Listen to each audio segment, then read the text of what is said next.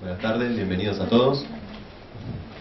Es un orgullo para nosotros, el Departamento de Educación del CCC, presentar esta actividad organizada por el Grupo de Reflexión sobre la Práctica Docente, en el cual vamos a charlar, a dialogar, a debatir acerca de si son posibles prácticas pedagógicas emancipadoras en la escuela pública. Contamos con la participación hoy de Marta Maruco, Edgardo Maggi, Rafael Angulo y Patricia D'Amore, todos docentes de nivel primario en el distrito de Avellaneda en distintos periodos históricos. Marta ahora va a contarnos cómo surge esta actividad, digamos, en el marco de los debates y las reflexiones que tienen lugar en este grupo de reflexión. Y nada, esperamos que sea de provecho para todos, esperamos poder avanzar un poquito en esta definición. Nosotros no tenemos definido qué es una práctica pedagógica emancipadora, con lo cual vamos a ir rastreando en todas estas experiencias que son todas valiosísimas, cuál es el carácter emancipador que presentan. Así que muchas gracias por venir y lo dejo con Marta. Compartimos el agradecimiento de Pablo por el interés que demuestran por esta cuestión y reitero lo que él dice. Anunciamos con un título muy rimbombante que vamos a hablar de prácticas emancipadoras, en realidad en el aula. En realidad vamos a hablar de nuestras experiencias en el aula, que pensamos tienen algunos rasgos, algunas características que es interesante reconocer, considerar y discutir. En distintos momentos se ha hablado de transformaciones educativas, de educación liberadora, de educación emancipadora, se han armado proyectos muy auspiciosos, pero que después no dejaron saldos reales, concretos, valederos. Por el contrario, pareciera que la crisis educativa es eterna y que frente a cada reforma se profundiza o se agudiza. Estamos convencidos de que salir de estas situaciones críticas solo se va a lograr con la activa participación de los docentes. No negamos la importancia, el valor de los aportes que pueden realizar los académicos, los especialistas son imprescindibles. Pero si está ausente la presencia, la palabra y la experiencia de quien vive la cotidianeidad de las aulas, no hay acciones que puedan resultar realmente transformadoras. Llegamos a la idea de prácticas pedagógicas emancipadoras en el grupo de reflexión sobre la práctica que funciona desde hace 3 años en el ámbito de este centro cultural, a partir de analizar al docente como trabajador. Y una de las cosas que advertimos es que en tanto trabajadores, maestros y profesores, compartimos 2 problemas comunes al conjunto de los asalariados en esta formación económico-social que es el capitalismo. Y esos 2 problemas centrales son la explotación y la enajenación. De la explotación no hace necesario hablar porque desde fines del siglo XIX, los docentes en nuestro país luchan por mejorar sus condiciones de trabajo, sus salarios, su régimen jubilatorio, etcétera, etcétera. De la enajenación se habla menos. Y consideramos que los docentes nos enajenamos cuando tenemos que desarrollar una tarea y estamos desposeídos de los instrumentos de trabajo. Es decir, nuestra formación nos habilita muy relativamente para asumir el conjunto de responsabilidades que debemos atender en las aulas. Y eso hace entonces que no podamos lograr concretar los propósitos, los objetivos que nos asignamos, y genera una pérdida de sentido respecto del trabajo docente. Es un problema compartido por los alumnos, que en general también sienten que es mucho más valioso lo que logran, lo que aprenden fuera de la escuela que lo que la escuela misma le ofrece.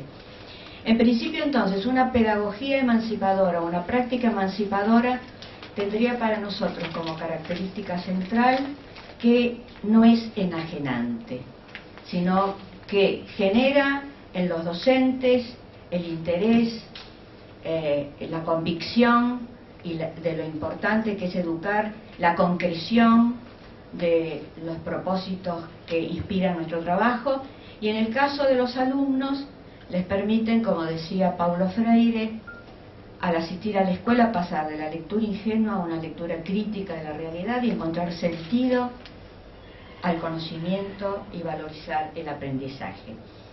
En verdad, esto como pequeña introducción. A medida que este grupo de reflexión sobre la práctica iba asumiendo, íbamos analizando distintos aspectos de la realidad educativa, se nos aparecían dos hechos que nos parecieron importantes, significativos. Uno de ellos se refiere a lo que decíamos inicialmente. Hemos asistido en estas últimas décadas a sucesivas reformas educativas. Podríamos decir que desde mediados del siglo XX se multiplican los intentos transformadores y ninguno de ellos logra plasmar de un modo generalizado esas formas renovadas de enseñar y de aprender que se proponen. Cambian los diseños curriculares, cambian los marcos teóricos de referencia, cambian los planes de formación inicial y continua de los docentes, incluso cambia la propia estructura del sistema educativo, cambia la legislación que regula la actividad escolar en todos sus niveles, y sentimos que solo se dan unos pequeños pasos de avance que tampoco se logran consolidar. Pero junto con este hecho advertimos otro, que siempre ha habido y hay maestros y profesores que individual o colectivamente generan en las escuelas, allí donde trabajan, modalidades de convivencia y de trabajo que las convierten, transforman a las escuelas en lugares más productivos e interesantes, como proponen Phelan y Hargreaves, estos dos pedagogos que tantas investigaciones han hecho, aportes tan valiosos, elaborados no desde las conceptualizaciones, no desde los ámbitos académicos, sino que nos interesan estos pedagogos porque analizan la realidad educativa y construyen sus teorías a partir de lo concreto, de lo puntual que ocurre en las escuelas. La pregunta que nos formulamos y que queremos compartir con ustedes en el debate que haremos luego es: ¿por qué ocurren ambos fenómenos? ¿Por qué algunos docentes logran en las aulas las transformaciones que la política oficial propone pero no garantiza? ¿Y por qué esas políticas oficiales formulan enunciados valiosos pero no crean las condiciones que los generalicen? ¿Qué factores, qué circunstancias, qué condiciones, en última instancia, determinan uno y otro hecho?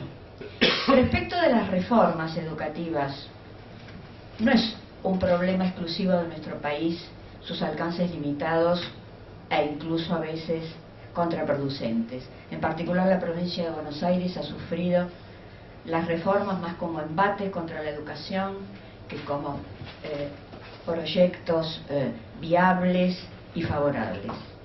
Digo que no es un problema exclusivo porque se observa en las distintas latitudes. Pedagogos de muy diversos orígenes coinciden en hablar del fracaso de las reformas oficiales. Lo hace, por ejemplo, Michael Appel, sin duda uno de los más importantes teóricos de la didáctica crítica, cuando con ironía dice: el paisaje educativo está alfombrado con los retazos de las reformas fracasadas, y lo dice en un sentido general. Y también lo plantean, vuelvo a nombrarlo, Phelan y Hargreaves, cuando afirman taxativamente: la reforma educativa ha fracasado una y otra vez.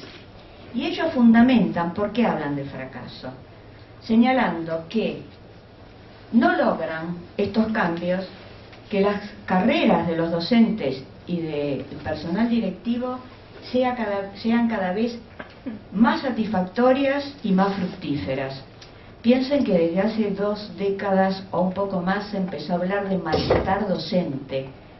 Este es un hecho nuevo, no porque viviéramos en otros periodos etapas plenas de realizaciones, pero evidentemente había un nivel de concreción mayor que el que se logra en la actualidad, o por lo menos había menos distancia entre lo que se le proponía al docente como ideal a cumplir y lo que realmente los docentes podemos hacer en las aulas.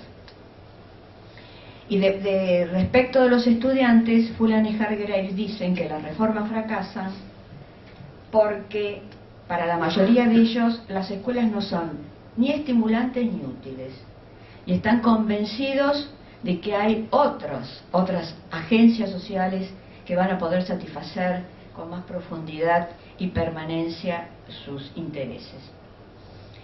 El punto de partida del trabajo de hoy será el relato de experiencias de aula vividas por nosotros 4.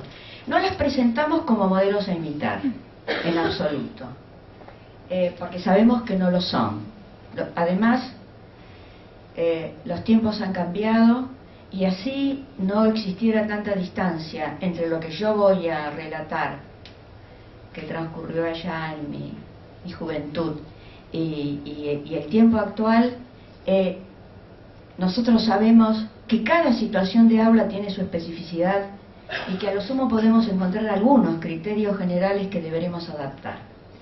Sí nos interesa partir de la práctica para preguntarnos, para tratar de concluir juntos qué concepciones implícitas, qué concepciones subyacen a estos relatos que vamos a hacer, y en qué medida habría que tomarlas en cuenta, los principios, las ideas que sustentan estos ensayos, como para discutirlos, debatirlos y extenderlos. Este panel no está formado arbitrariamente. A nosotros 4, como dijo Pablo Frisch, nos une el haber sido, Patricia D'Amore y aún lo es, maestros de grado en escuelas públicas primarias de Avellaneda. Y, como él también dijo, nos une haber compartido algún tramo de nuestro desempeño docente. A Edgardo lo conocí en la década del 70, cuando él era alumno y yo docente en el viejo Normal Nacional de Avellaneda, el ENSPA Próspero Alemandri. Y luego, una vez recibido, trabajó varios años como maestro de grado en la escuela número 50, en la que yo tenía un cargo directivo. Allí iniciamos un vínculo personal y profesional muy rico, muy pleno de afecto y de análisis y de expectativas compartidas, que se prolonga hasta ahora. A través de Edgardo conocí a Patricia y a Rafael. ¿Y vos cómo llegaste a él? A ellos, bueno, yo llego, ¿qué tal? Buenas tardes. Llego a ellos después de un tránsito en el aula, y tomo la decisión de saltar al cargo directivo, con todos los temores que eso implicaba, estar en un lugar seguro y pasar a un lugar que, si bien lo había elegido, se presentaba bastante inseguro por el tiempo en que me decido asumir, que era justo la reforma de Duarte. Elegí el momento. Los maestros siempre tenemos esa capacidad de elegir los momentos para hacer algo. Y ahí encuentro en distintas experiencias, en un primer momento mi suplencia muy corta fue en una escuela 28, pero después hice un concurso transitorio y llego ya afincado, es decir, en un tiempo más prolongado, en la escuela 16. Y ahí conozco a Rafael Angulo, que de hecho nos conocíamos de transitar las calles, porque se había suscitado un hecho en Avellaneda muy complejo, que fue el tema de la muerte por gases tóxicos. salimos a caminar y ahí, bueno, nos encontramos en marcha y veo algunos que otros rostros que también están aquí, que forman parte de esa troupe de gente que estábamos preocupados por esto, porque además había muerto una persona muy querida en Avellaneda. Bueno, después, cuando ya soy titular, voy a la escuela 64, y ahí conozco a la mujer. Bueno, ahí retomo yo entonces y después se van a entrelazar las historias de ellos tres. Yo les voy a hablar de una etapa muy lejana, veo algunas caritas tan juveniles, algo así me hace sentir como prehistórica. Pero nos pareció que era interesante traer también, evocar qué trabajábamos, qué hacíamos, cuáles eran nuestras alegrías y nuestros sufrimientos en la docencia muchos años atrás. Ante todo les quiero aclarar que nos fue muy difícil organizar esto que intentamos hacer hoy, porque nos exigió remontarnos a un pasado, en algunos casos bastante lejano. Y es complicado tratar de descubrir en el maestro que somos el maestro que fuimos. Pero al mismo tiempo nos fue sumamente útil porque pudimos analizar hechos vividos sin la fuerte implicación que los docentes tenemos en nuestro trabajo cotidiano. Hace un tiempo, entre los mandatos que recibimos, porque pareciera que Jehová vive pendiente de nosotros y baja las tablas de la ley periódicamente planteando todo lo que los docentes debemos hacer, de pronto apareció un mandato que era: maestro tiene que reflexionar sobre su práctica. Yo no he visto que se le exija a ningún otro trabajador, a ningún otro profesional que reflexione sobre su práctica. Me parece muy bien reflexionar sobre la práctica. El problema está si nos dan las condiciones para que esa reflexión se produzca y sea realmente útil. Pensar en lo que hacíamos varias décadas atrás como maestros de aula implica un distanciamiento de esa implicación tan poderosa que tenemos en lo que hacemos, que evidentemente nos ayudó a entender muchos de los fundamentos que aplicábamos o que usábamos sin tener conciencia de que lo hacíamos. De mí, ante todo, debo decirles que me recibí de maestra normal nacional en la vieja escuela normal de nivel medio, después de 5 años de estudio, con apenas 17 años de edad. Esto ocurrió en noviembre de 1953. Yo estudié en el normal número 3 de maestras de la capital, en el barrio de San Telmo. Cuando me puse a pensar acerca de mi formación teórica, advertí recién ahora que de primero a quinto año yo cursé 66 materias, de las cuales solo 7, o sea el 10%, tenían que ver con la formación específica para la enseñanza. 3 materias pedagógicas en cuarto año, 4 materias en quinto año.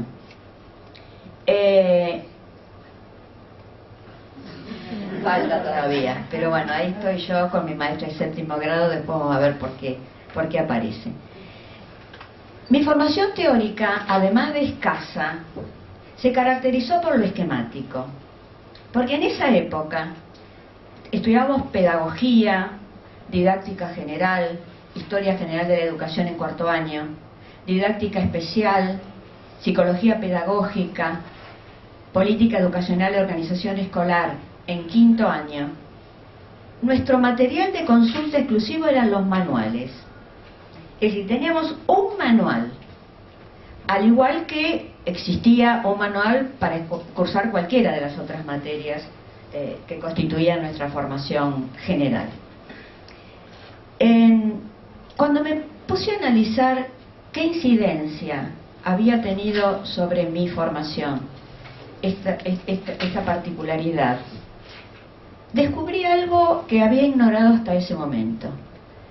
Las 3 materias básicas, pedagogía, didáctica general y didáctica especial, las estudié en un manual escrito por un señor Hugo Calzetti, de quien no tenía la menor referencia, porque comprábamos el libro, leíamos y repetíamos lo que decía en él, pero no se nos hablaba acerca de los autores, ni de sus posiciones, ni de sus posturas.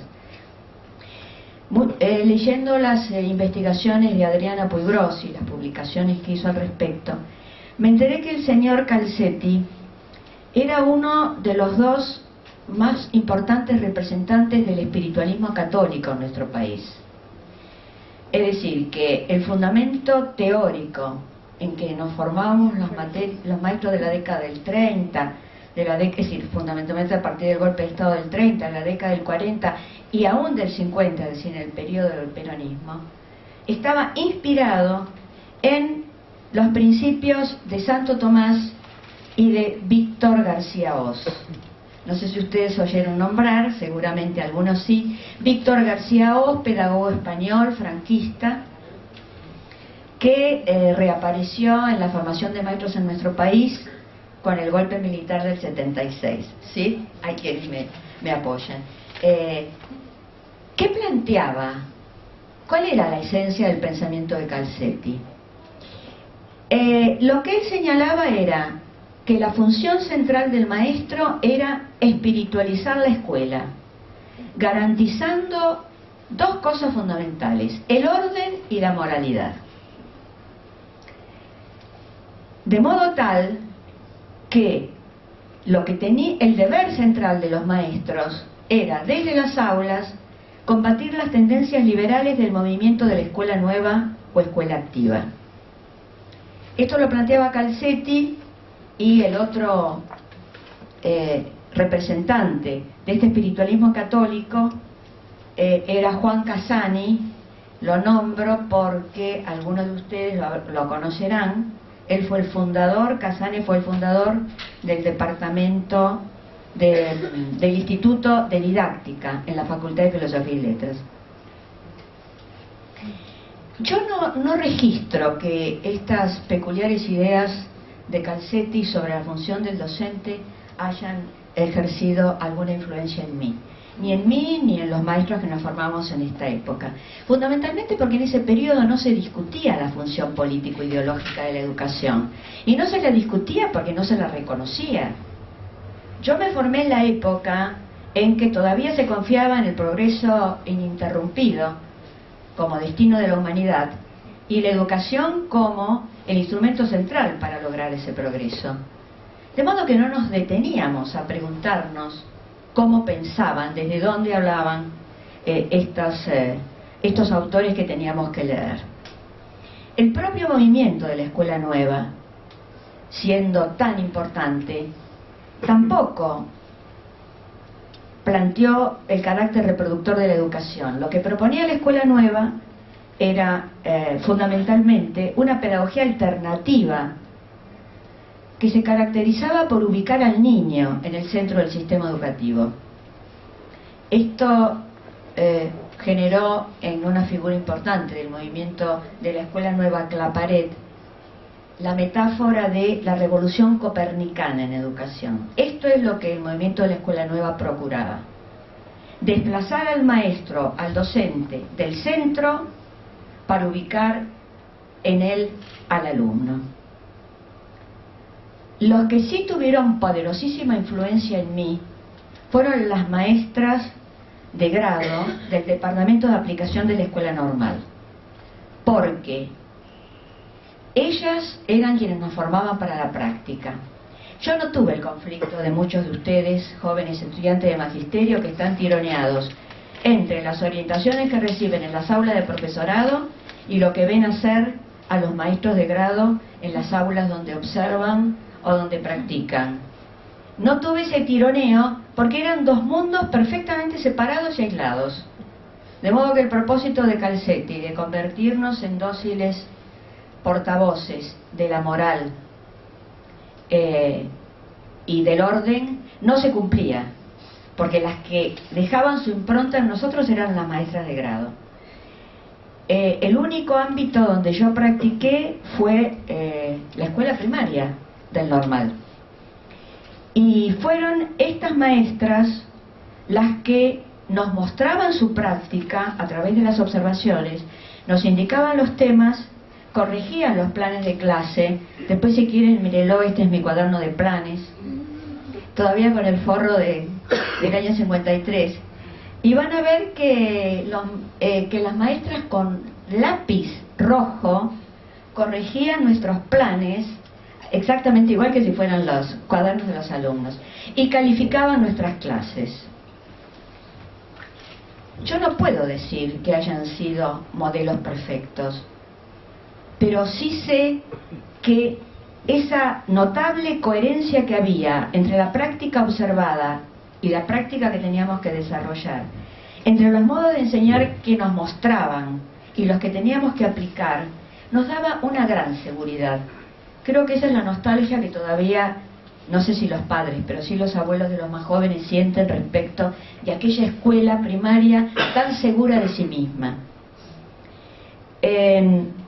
Mis prácticas consistían en temas aislados que se desarrollaban en un tiempo máximo de 40 minutos. Lo que sí reconozco es el altísimo grado de fragmentación que caracterizaba la enseñanza. Este sí parece ser un sesgo conductista de la escuela a la que me estoy refiriendo. Lo que me proveyeron mis maestras, porque además había un gran acuerdo entre las docentes de los departamentos de aplicación, y todas nos mostraban una modalidad similar de trabajo. Lo que yo recogí de ellas fueron 3 cuestiones que llegaban a la escuela a partir del movimiento de la Escuela Nueva. Esas 3 cuestiones que nos exigían eran, en primer lugar, despertar el interés del alumno. Teníamos que comenzar la clase con una actividad que se denominaba toma de interés. Cuando yo me puse a revisar mis tomas de interés, vi la ingenuidad increíble con que lo hacíamos. Pero lo rescato como idea. La segunda cuestión era la obligación del maestro de promover la actividad de los alumnos. Cada vez que en un plan escribíamos explicar, porque los planes no los hacíamos como los hacen ustedes ahora, pensando en todo lo que van a tener que hacer sus pobres alumnos, porque el plan refleja todas las actividades que van a tener que hacer los alumnos. Lo que va a hacer el docente para que los alumnos hagan esto está bastante poco mencionado. Cada vez que nosotros en el plan escribíamos explicaré, el lápiz rojo tachaba y escribía induciré. Es cierto que inducir era plantear preguntas menudas para recibir respuestas precisas y puntuales, pero de hecho por lo menos nos proponían que los niños tuvieran que participar y no ser meros receptores. Y la tercera idea era el de la necesidad imprescindible de usar láminas. Era imposible desarrollar una clase sin material visual, al punto de que existían en la ciudad de Buenos Aires comercios que alquilaban láminas para los practicantes e incluso confeccionaban láminas. Cuando yo tuve que enseñar el uso, ese instrumento, ese palito donde se iba ovillando la lana que devanaba la rueca, ese fue un tema que tuve que enseñar en primero superior. Bueno, tuve que ir a que me dibujaran un uso, yo no tenía la menor idea de lo que era, y me lo hicieron en estos lugares.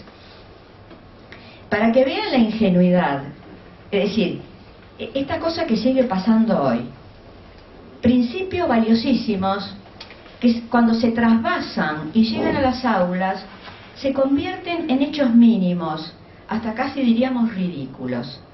Yo me puse a buscar cuáles eran las tomas de interés que yo proponía y encontré, por ejemplo, que en tercer grado tenía que enseñar combate de San Lorenzo, así sueltito, no sabía de dónde venía ni cómo seguía.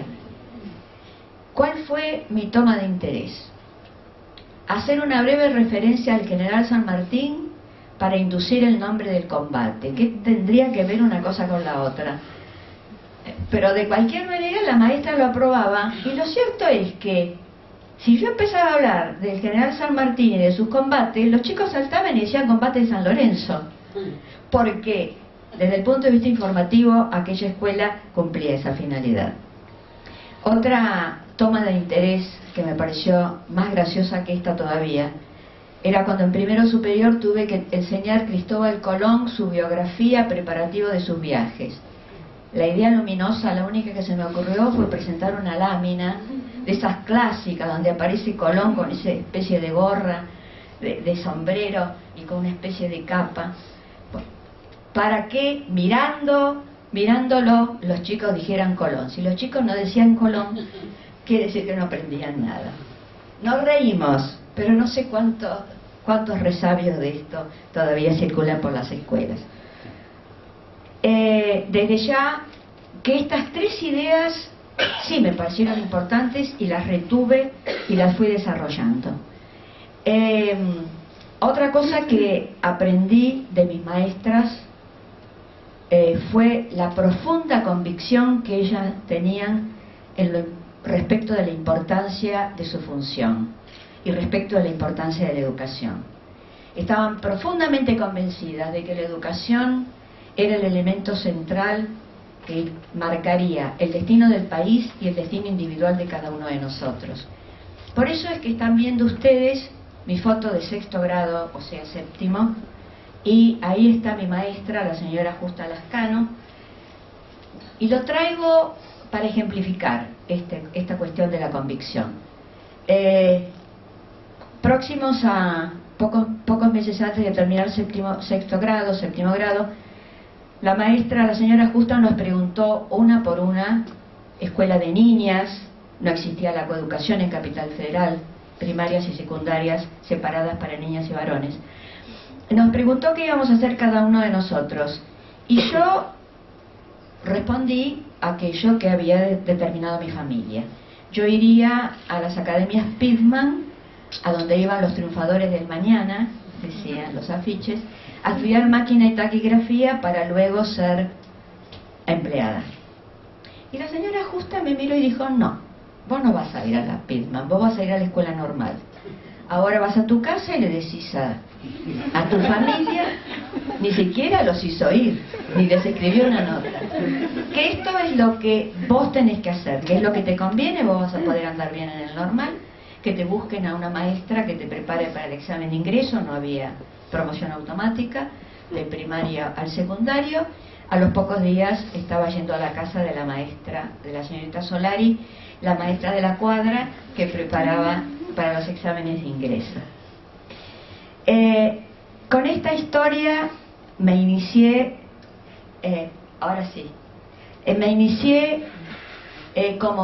empecé a trabajar como maestra de grado en abril de 1956. Es decir, estuve casi 2 años y medio de recibida sin poder trabajar, simplemente porque en esa época no existía la carrera docente. Por lo tanto, no había evaluación de antecedentes, no había otorgamiento de puntajes, ni había orden de mérito. ¿Cómo se accedía al trabajo docente? A través de conocimientos, de influencias. Y bueno, yo tardé 2 años en encontrar a alguien que me pudiera tramitar la designación, y así lo hizo. Me la trajo a mi casa. Es decir, me entregó esta designación donde yo, de hecho, nunca fui suplente. Empecé a trabajar siendo titular. La escuela a la que estaba designada era la número 11 de Avellaneda. Una escuela, lo primero que hice fue ir a recorrer el barrio, porque en esa época los maestros sentíamos la necesidad de recorrer el barrio, de saber dónde estaba emplazada la escuela, qué características tenían. Generalmente los alumnos concurrían a la escuela más próxima, no había esta movilidad que hay ahora.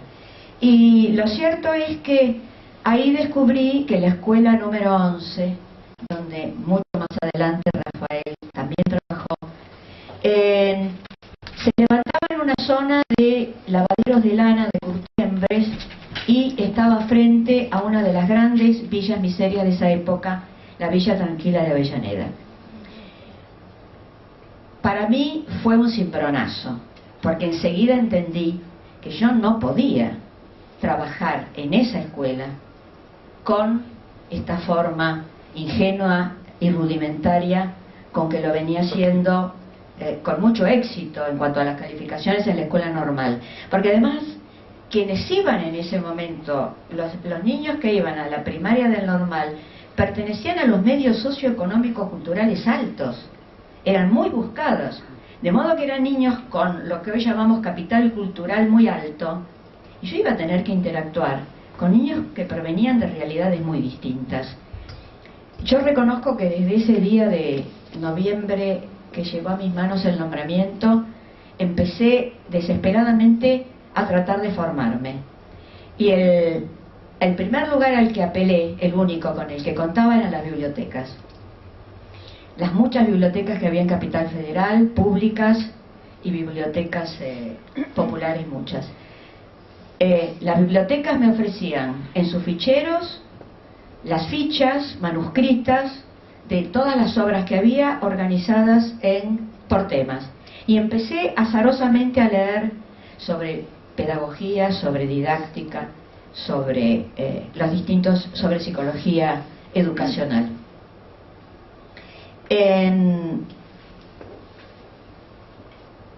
Entre estos materiales descubrí autores y experiencias que fueron determinantes para mí. Fundamentalmente, de los muchos nombres que podría citar, rescato tres. Lorenzo Luzuriaga, Juan Mantovani y Ricardo Nassif. Ahí están algunos de sus libros que yo todavía conservo, y otros que están en las bibliotecas de mis exalumnos, seguramente, porque yo ya no los tengo. ¿Por qué fueron importantes en mi vida estos tres pedagogos? Y acá me meto en otra cuestión que también deberíamos discutir. Y me baso para decir esto en palabras textuales del maestro Luis F. Iglesias. Iglesias dice que hay dos tipos de teóricos de la educación. Aquellos que construyen conceptualizaciones a partir de un contacto vivo y cotidiano con las realizaciones del aula, por humildes que éstas sean. Aquellos que consideran que no pueden pensar si no abordan los problemas desde su expresión concreta y cotidiana en las aulas. Pero están los otros teóricos de la educación, de quienes Iglesias dice que los hay en demasía, quienes con audacia e irresponsabilidad, evadidos de todo contacto con la realidad, intervienen en la educación desde sus altos sitiales. Hoy diríamos la academia, ¿no? Desde el Olimpo, donde Macarenco los tenía ubicados con justiciera ironía. Los que tienen más años llegan con mayor profundidad en esto. Aquellos que creen que pueden dictaminar una práctica que no han practicado o que no practican, que pueden pensar lo que tienen que hacer los maestros y que alcanza con que, comunicándoles su pensamiento, los maestros nos vamos a iluminar y vamos a ser capaces de concretarlos en las aulas. Estos tres pedagogos correspondían al primer tipo que menciona Iglesias. Lorenzo Luzuriaga, español, republicano, fundador de la revista de pedagogía, que algunos deben conocerla, actualmente sigue apareciendo, en 1922, gran difusor de la Escuela Nueva, fue quien hizo conocer en el mundo de habla hispana a Piaget. Luzuriaga en el 36 se exilió cuando comienza la guerra, trabajó en la Facultad de Filosofía y Letras como docente y fundamentalmente dirigiendo 3 colecciones en la editorial Losada, la editorial fundada también por un exiliado republicano, que era conocida como la editorial de los exiliados. Las 3 colecciones que dirigía Luzuriaga tenían los sugestivos títulos de Biblioteca del Maestro, La Escuela Activa y Cuadernos de Trabajo. Insisto con esto porque no me cabe duda de que los docentes necesitamos formación teórica, pero estudiar qué teoría y estudiarla cómo, para evitar profundizar esta escisión entre el saber y el hacer. Porque cuanto más se incrementa la formación teórica, pareciera que más distancia se crea con las posibilidades de hacer práctico en las aulas. Respecto de Mantovani, además de que sus obras son realmente valiosas, él fue el ministro de Educación de Santa Fe que designó a Olga Cosentini directora de la escuela Gabriel Carrasco, doctor Gabriel Carrasco de Rosario, donde realizó durante 15 años su estupenda experiencia pedagógica. Y además la declaró experimental para que Olga pudiera innovar respecto a los programas, la organización, la modalidad de trabajo. Y Ricardo Nassif, estrechamente vinculado con la experiencia de 20 años de Luis Iglesias en la Escuela Rural número 11 de Tristán Suárez, fue quien logró que se designara a un maestro normal nacional por primera vez en la historia de nuestro país como docente universitario. Iglesias tuvo a su cargo en la Universidad Nacional de La Plata la primer cátedra universitaria de organización y didáctica de la enseñanza primaria. Y estuvo en la cátedra hasta que la burocracia universitaria descubrió que carecía de título superior y entonces allí lo despidieron. Estos libros me fueron planteando preguntas y encontrando respuestas. Y el otro aporte sustancial lo recibí de la directora de la escuela número 11, que ahora la vamos a ver. Esa sonriente señora pelirroja que está cerca, comenzando de la izquierda, de quien aprendí en primer lugar lo importante que es el personal directivo para crear un clima, un estilo de trabajo y fundamentalmente para hacer lo que hacía Ana María Calleja, que era escuchar, compartir, acompañar, estimular, orientar. Y ya entrando al final de mi presentación, me extendí porque me parece que son antecedentes que debemos tomar en cuenta por los problemas que se desprenden de allí. Ahora sí quiero nombrar los 3 libros que más me auxiliaron en mi trabajo en la práctica, en mi formación concreta para la enseñanza.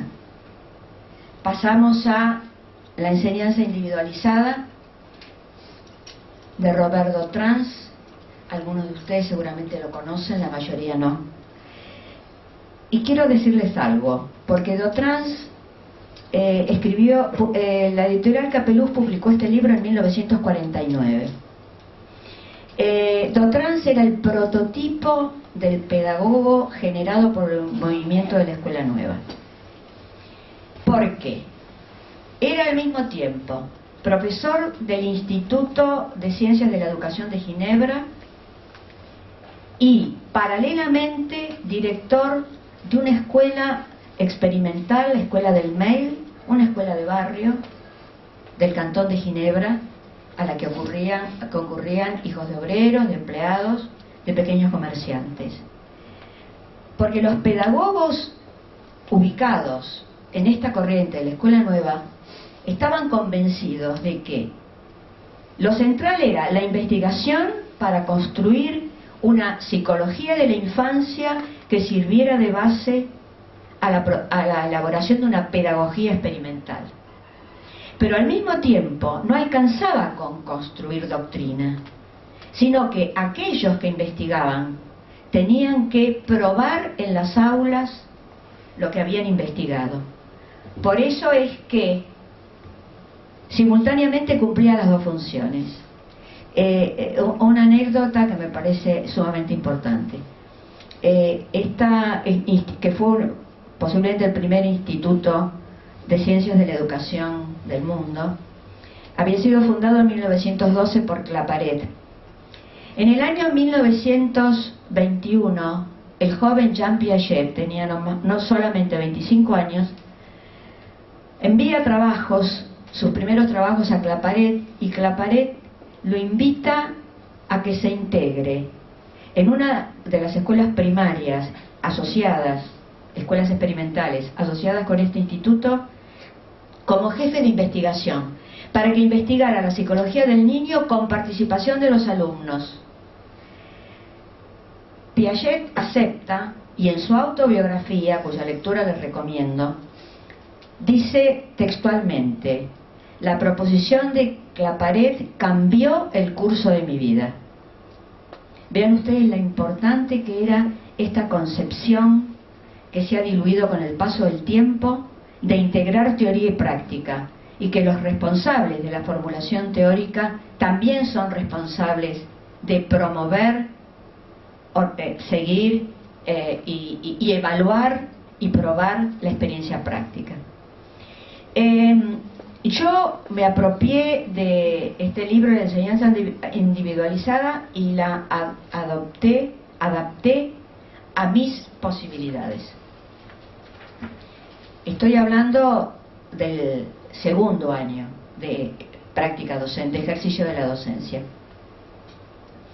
Lo que más me interesó de esta propuesta de Dotrans era la siguiente. Él señalaba, y acá reaparece la promoción del interés y la actividad de parte del alumno. Lo que señalaba Dotrans era que había que terminar con esta sucesión de ejercicios únicos que eran resueltos simultáneamente al mismo tiempo por todos los alumnos. Su propuesta era presentar un tema, trabajarlo en lo que sería la enseñanza colectiva, con participación de los alumnos y la maestra, y en el momento de empezar el plano de la ejercitación, los maestros preparábamos series de ejercicios, de actividades vinculados a ese tema, con distintos enunciados, con distintas propuestas. Ustedes no se imaginan el interés que provocaba en los alumnos el recibir tarjetas y poder verse vinculados, comprometidos en actividades que eran novedosas y que eran distintas a las que hacían sus compañeros. Sintéticamente quiero plantearles cómo reaccionaban mis alumnos del último grado de primaria ante el uso de las tarjetas. Tengo en mis manos mi cuaderno de actuación personal, también con un viejo forro, como verán, en el que la directora Ana María Calleja hace un informe el día 2 de octubre de 1957 de la clase que había ido a observar. Esta era una época, y Edgardo también la vivió, en que al llegar al aula, a la escuela, los maestros teníamos que dejar sobre el escritorio de la directora la carpeta didáctica con la especificación de lo que íbamos a enseñar, cómo lo íbamos a enseñar, con qué metodología, con qué tipo de actividades. En su crónica de clase dice la directora que se enteró que yo en tal hora, segunda, tercera, cuarta, iba a hacer trabajo en tarjetas sobre el tema círculo y circunferencia. Y entonces se instaló en el aula para ver qué pasaba. Y dice lo siguiente: durante la entrega de tarjetas que realizaba yo, porque además las tarjetas intentaban graduar dificultades, de modo que yo las iba dando a los alumnos al principio del tratamiento de un tema, pensando en las posibilidades de cada uno. Era un intento, no logrado plenamente. Durante la entrega de tarjetas y los minutos que le siguen, la clase parece desordenada. Hablan, se paran, se oyen exclamaciones, pero pasado un momento de expectativa, la misma adquiere un ritmo sorprendente. Leen su tarjeta, se proveen de los útiles necesarios y comienzan a trabajar. Unos se dirigen al escritorio, otros al armario, o bien a la cocina de la escuela, al patio, al comedor, a la caldera o al jardín, según lo indicado en el ejercicio. Es que los enunciados de los problemas habían sido tomados de la realidad misma. Círculos y circunferencias había que buscarlos por donde estuvieran. Las cosas, los ambientes que rodean a los niños, no recurriendo en ningún momento a formas geométricas puras que jamás encontrarán ellos en la vida corriente. Entonces lo que tenían que hacer era medir círculos y circunferencias, que bien podía ser el gran carretel donde se colocaba la manguera, donde se envolvía la manguera, el caño del agua, las hornallas de la cocina, los círculos de un gráfico de un libro de la biblioteca, el transportador, el prendedor de una compañera, etcétera, etcétera. Y sigue diciendo, entonces, los alumnos recibían la tarjeta, veían lo que tenían que hacer, buscaban sus instrumentos y empezaban a moverse libremente por la escuela. En una época en la que hasta había que pedir permiso para hablar, levantar la mano y pedir permiso para hablar.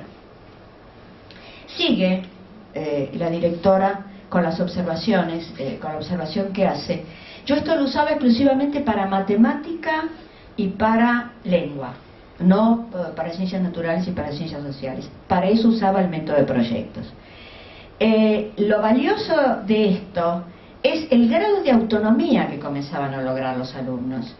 Si yo tendría que decir qué aspectos emancipadores, por plantearlo de alguna manera, era esto de permitirles a ellos leer los enunciados e interpretarlos. Cuando volvían y realizaban los ejercicios, tenían a su alcance los resultados. Ellos mismos controlaban y veían si su resultado coincidía con el que figuraba en las fichas, en las fichas correspondientes. De no ser así, consultaban o a mí o a algún compañero y lo revisaban. Y teníamos una planilla de control, cuadro de doble entrada, los nombres de los chicos, el tema, los números de tarjetas que ahí iban tildando.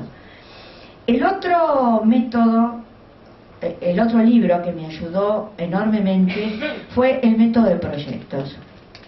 En la década del 90 se descubrió la pólvora y apareció en la ciudad de Buenos Aires la orden de que había que planificar por proyectos. Y fíjense ustedes que este libro, el método de proyectos, fue editado en el año 1951 por la editorial Losada. Era uno de los libros de la colección que dirigía Luz Uriaga.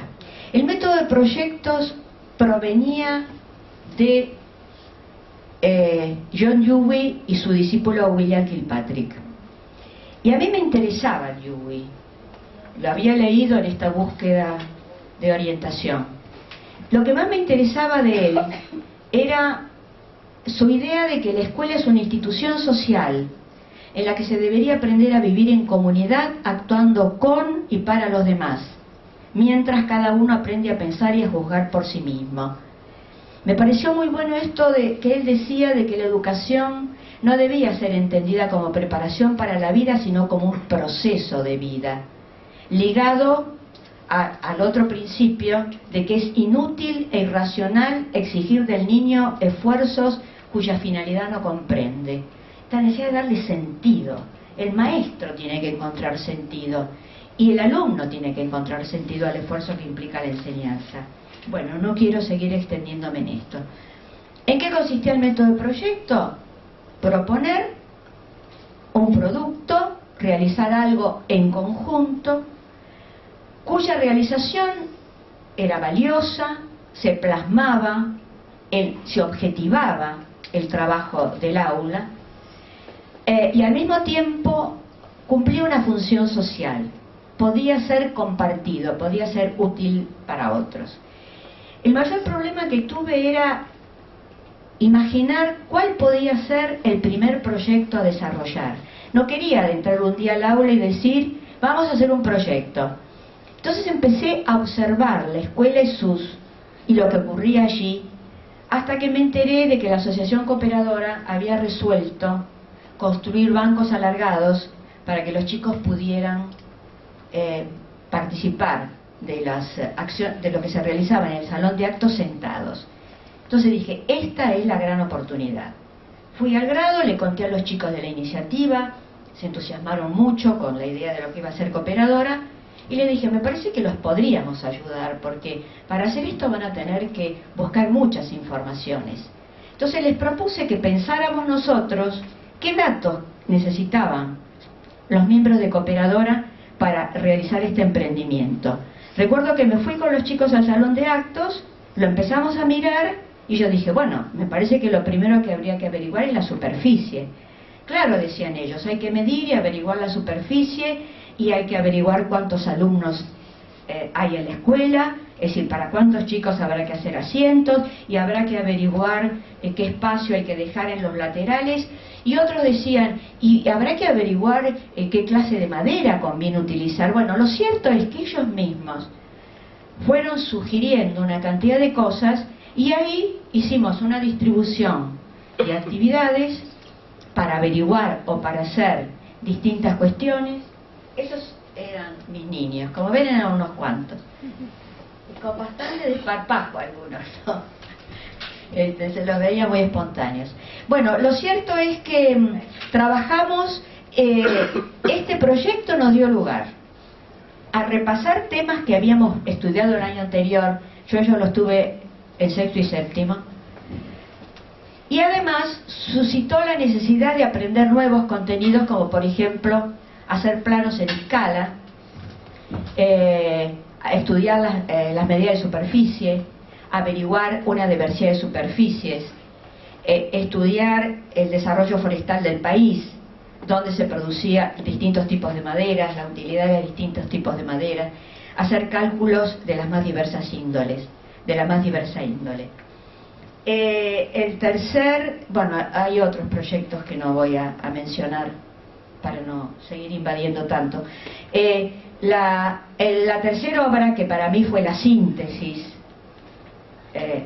de teoría práctica, fue la Escuela Rural Unitaria del maestro Luis F. Iglesias, de la que ustedes ven la primera edición. Prácticamente esta es la primera edición. Iglesias es el autor, posiblemente en el mundo, de la experiencia pedagógica más completa que desarrolló durante 20 años y que relató exhaustivamente en cada uno de sus libros. Conviene empezar por la lectura de este. En síntesis, entonces, estas prácticas que rescato como valederas, no como valiosas, como valederas, surgieron de aquello que en principio me mostraron mis maestras del departamento de aplicación y luego se fueron puliendo y perfeccionando con la búsqueda, con la lectura. Cada cosa que yo leía me fijaba un propósito, no atender a todo lo que decía el texto, sino a las 2 o 3 cuestiones que pudieran realmente ser funcionales para mi trabajo en el aula. Esto que se dice hoy, leer con propósito, era lo que percibíamos, lo que sentíamos en una época en la que la lectura era prácticamente el único camino que teníamos para poder probar. Entonces, integrar teoría y práctica y formar maestros que sepan, que quieran y que puedan leer todo tipo de producciones, no solamente las estrictas, parecieran ser algunas de las condiciones para formar maestros que desarrollen prácticas emancipadoras en el aula. Bueno, perdónenme por la extensión, pero tuve que evocar como 60 años. Fue demasiado.